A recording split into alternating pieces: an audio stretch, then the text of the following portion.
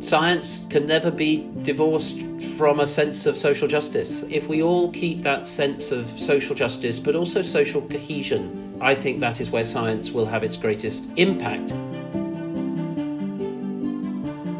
One new role that you've taken on recently is as a key advisor to the Tsinghua Vanke School of Public Health. How are you using your experience to shape the understanding, the learning and the futures of potentially thousands of students of public health to come?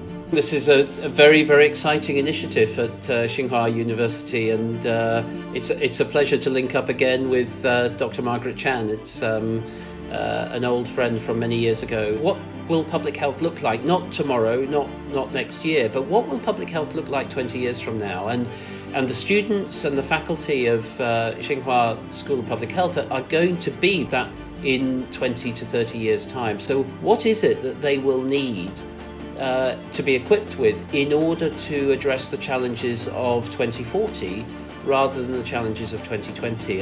And I think that is a new approach to public health. It is to see public health in the context of the 21st century. Our interconnectedness, urbanization, animal-human interfaces, how the health systems work. I think an appreciation and knowledge of economics is going to be crucial. I think the future of public health is a very exciting one. I think there are many public health schools around the world that are perhaps still looking backwards to the public health of the 20th century.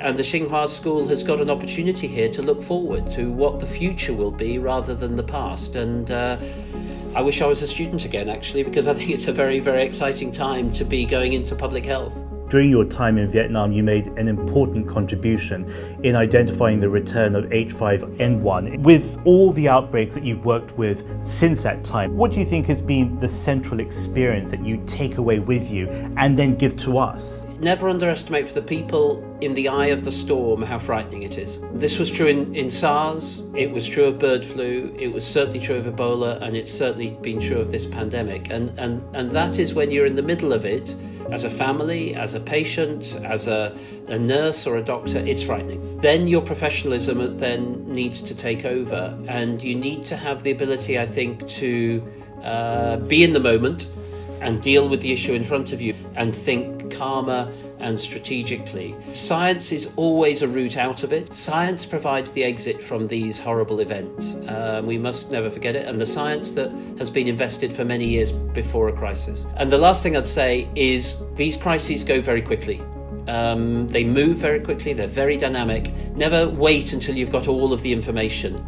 If you have to have all the information, you'll be too slow. Dealing with uncertainty, dealing with the knowledge that you've got to make decisions even though it may make you uncomfortable and you may not have all of the information you'd love to have, but you have to act. Science and health are now more than ever understood in terms of humanity and social justice.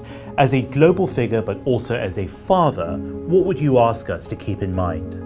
Science can never be divorced from a sense of social justice. If we all keep that sense of social justice, but also social cohesion at the forefront of what we do, I think that is where science will have its greatest impact. And it does go back to when setting up a new school of public health. Exposure to that sort of thinking is so part of a curriculum and so part of the future of public health. It is the public's health, not what we just want to do in our own right. From the Well is a new series with global leaders, brought to you by the China Current and Tsinghua Vanke School of Public Health.